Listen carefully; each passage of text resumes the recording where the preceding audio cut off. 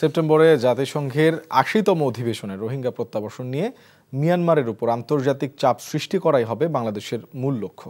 এ উদ্দেশ্যে জাতিসংঘের সাধারণ অধিবেশনে ২৩শে সেপ্টেম্বর প্রধান উপদেষ্টা ডক্টর মোহাম্মদ ইউনূসের বক্তব্য রাখার কথা রয়েছে। আর ৩০শে সেপ্টেম্বর রোহিঙ্গা কনফারেন্সে বিশ্ব নেতাদের সভায় বক্তব্য রাখবেন doctor Mohammad Yunus. New York থেকে বিস্তারিত জানাচ্ছেন আমাদের যুক্তরাষ্ট্র ব্যুরো প্রধান Farid Alam.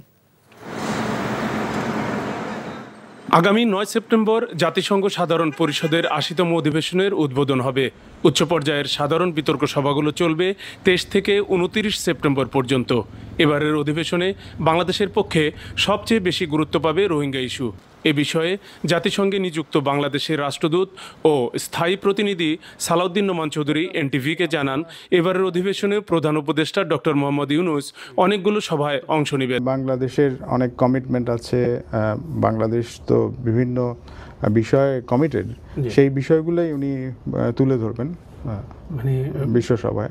Specifically women related একটা আছে, ইউথ রিলেটেড আছে, এরপর আছে SDG, climate change, elimination of nuclear weapons এবং রোহিঙ্গা বিষয়ক একটা কনফারেন্স আছে। তো এগুলোর মধ্যে কয়েকটাতে উনি অংশগ্রহণ করবেন।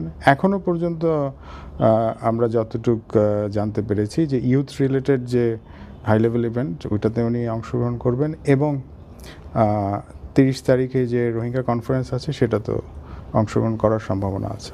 অধিবেশনে রোহিঙ্গা সমস্যা সমাধানে আন্তর্জাতিক সমর্থন ও প্রত্যাবাসনের সময়সীমা বেঁধে দেওয়ার চেষ্টা চালাবেন বলেও জানান সালাউদ্দিন চৌধুরী। দেশের মানে রোহিঙ্গা ইস্যুতে আপনার এটা তো একটা আন্তর্জাতিক সমস্যায় পরিণত হয়েছে। এই ব্যাপারে আমরা যুক্তরাষ্ট্র এবং চায়না, ভারত এবং ইসলামিক রাষ্ট্রগুলোর সাথে আমরা এঙ্গেজড আছি। ফলে প্রত্যাবাসনের বিষয়ে আমরা একটা প্ল্যান চাই। আমরা তো দ্বিপাক্ষিকভাবে মায়ানমারের সাথে সমস্যাটার সমাধান করার চেষ্টা করেছি, কিন্তু সেই সমস্যা তো সমাধান হয় নাই। তো আমরা এখন চাচ্ছি যে আন্তর্জাতিক সম্প্রদায় বসে তারা একটা আহ্বান জানাক মায়ানমারকে এবং রিজিয়নালি যারা অন্যান্য প্লেয়ার আছে তাদেরকে, ফলে একটা রিপ্যাট্রিয়েশন প্ল্যান হোক, একটা টাইম বাউন্ড রিপ্যাট্রিয়েশন প্ল্যান হোক, এটাই আমরা চাচ্ছি।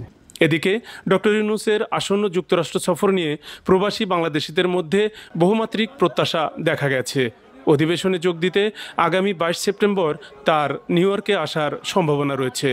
৩০ তারিখ পর্যন্ত তিনি যুক্তরাষ্ট্রে অবস্থান করতে পারেন। Farid Alam, NTV news, new York, যুক্তরাষ্ট্র। বান্ডেল থাকলে প্রতি সেনমানিতে টাকা বাঁচবে। বিকাশ সেনমানি বান্ডেল কিনে জিতুন প্রতি লেনদেনে।